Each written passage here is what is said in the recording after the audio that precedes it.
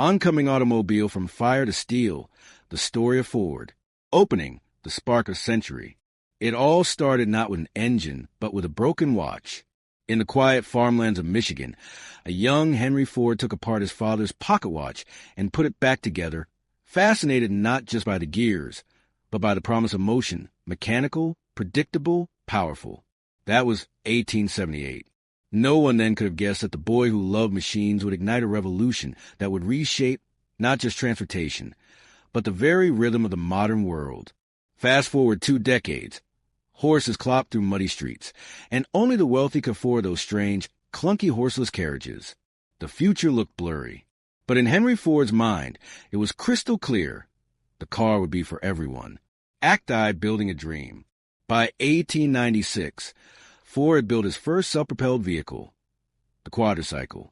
It looked more like a motorized bicycle than a car, but it moved. And that was enough. Ford's first 2 ventures failed. He was brilliant with mechanics, but struggled with business politics. But in 1903, with just $28,000 and the belief of 11 investors, Ford Motor Company was born. The gamble? Produce a vehicle the middle class could afford, drive, and rely on. It was a radical vision in a world where cars were luxury toys. Ford wanted them to be tools for freedom. Act 2, the Model T and the assembly line. In 1908, the world met the Model T.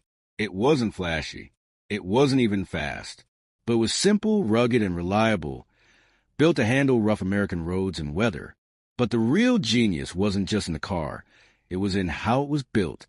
In 1913, Ford introduced a moving assembly line, inspired by meatpacking plants. Instead of one man building a car, dozens worked on specific parts as the car moved down the line. It cut production time from over 12 hours to 93 minutes. Suddenly, cars were not just a product. They were a force of mass production. By the 1920s, more than half the cars in the world were Fords, and Ford was paying workers the unheard-of wage of $5 a day, enough for them to buy the very cars they built. The machine age had arrived, and Ford was driving it. Act 3, between wars and innovation.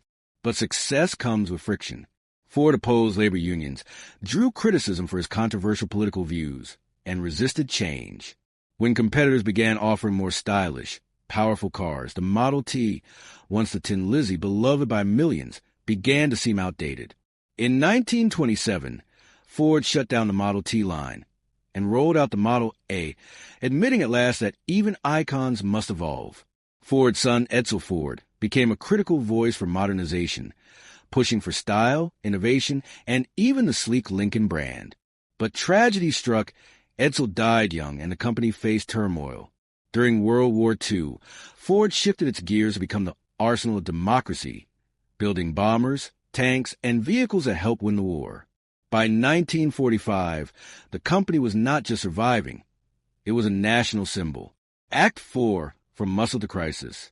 In the post-war boom, Ford found its muscle. The 1950s and 1960s gave rise to legendary cars like the Thunderbird, Mustang, and GT40, the latter famously defeating Ferrari at Le Mans in 1966. Ford became a cultural icon. Mustang galloped into the American dream as a car of freedom, rebellion, and speed. But the 1970s brought oil crises, environmental concerns, and a new wave of Japanese competition. Ford, like other U.S. automakers, struggled with quality control and efficiency. The Pinto scandal hurt its reputation, and by the 1980s, it was clear change was needed again. Act V, Reinvention in the Global Age. In the 1990s and early 2000s, Ford embraced globalization.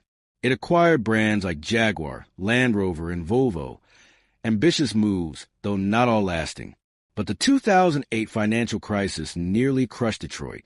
While General Motors and Chrysler took government bailouts, Ford was the only big three automaker to survive without one, thanks to bold restructuring and leadership from Alan Mulally. The move inspired pride and proved Ford's grit. Act 6, The Future on Wheels. Today, the Ford Motor Company is not just about cars. It's about mobility. With investments in electric vehicles, autonomous technology, and sustainable manufacturing, Ford is embracing the next revolution, the F-150 Lightning, the electric version of America's best-selling truck, is proof that the past and future can ride together. Henry Ford's original vision, mobility for all, has come full circle. Only now, it's not just about getting people from place to place. It's about powering the future, responsibly, sustainably, and intelligently, ending the road ahead.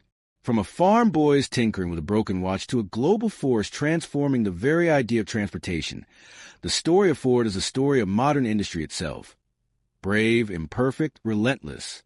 The company that once promised a car for great multitude now builds machines that drive themselves, run on electricity, and learn from data. Yet the heart remains the same. Because in every Ford, whether Model T or Mach-E, beats the same ambition that Henry Ford carried in his hands when he built his first car: to move the world forward.